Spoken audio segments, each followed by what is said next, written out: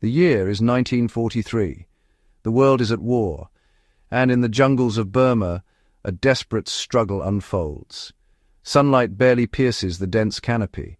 The air is thick, every sound amplified, a world where nature itself is hostile.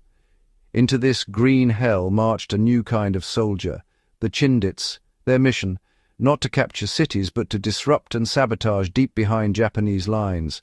Their target, the vital railway lines supplying the Japanese army. The idea was radical: use the jungle as a highway for war, not a barrier.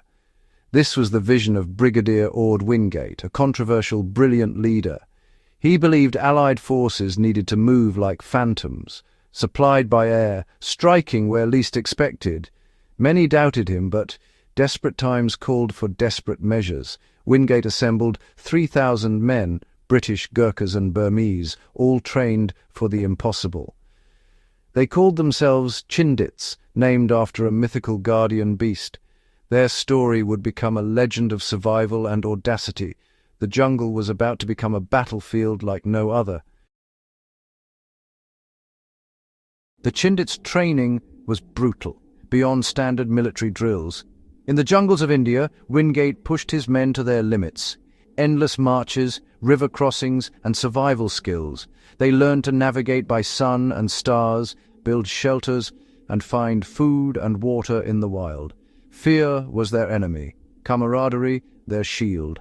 They became masters of stealth, camouflage, and guerrilla tactics, striking with surprise, then vanishing. Mules carried their heavy loads. Every man became a soldier and animal handler. They practiced demolitions, ambushes, and living on meager rations. Field medicine was essential. Disease would be as deadly as bullets. By the end, they were a hardened brotherhood, ready for the hell awaiting them across the Chindwin River. The Chindits were no ordinary soldiers. They were ghost warriors. February 1943, Operation Longcloth begins. The Chindits cross the Chindwin River into enemy territory. The jungle swallows them, marching for days in oppressive heat, hacking through bamboo, wading leech-filled streams. Packs weigh 70 pounds. Exhaustion and hunger set in.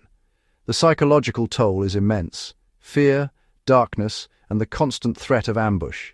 Their mission sever the Mandalay-Metkina Railway, crippling Japanese supply lines. Moving like ghosts, they sabotage tracks and bridges, always hunted, always moving. Airdropped supplies are their lifeline, but often go astray. Hunger grows, rations dwindle, men grow gaunt and hollow-eyed. The jungle breaks them down, physically and mentally. Every step is a battle against the terrain, the enemy, and their own limits. The Chindits become shadows, fighting a war of survival as much as sabotage. The long march becomes a descent into nightmare. Only the strongest will endure. The jungle's deadliest enemy wasn't the Japanese. It was disease. Malaria and dysentery ravaged the columns, turning strong men into liabilities. Infected wounds festered. Vitamin deficiencies sapped strength.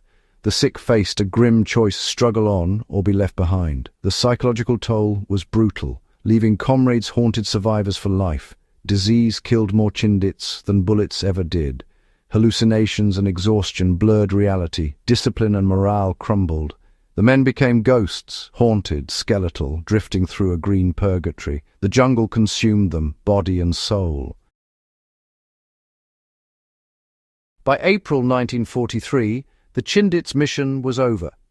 They'd proven a lightly equipped force could strike deep behind enemy lines, but at a terrible cost. Of 3,000 men, only 2,200 returned. Few were fit for further service. Their ordeal changed Allied thinking. Jungle warfare would never be the same. Air supply and evacuation became essential lessons for future campaigns.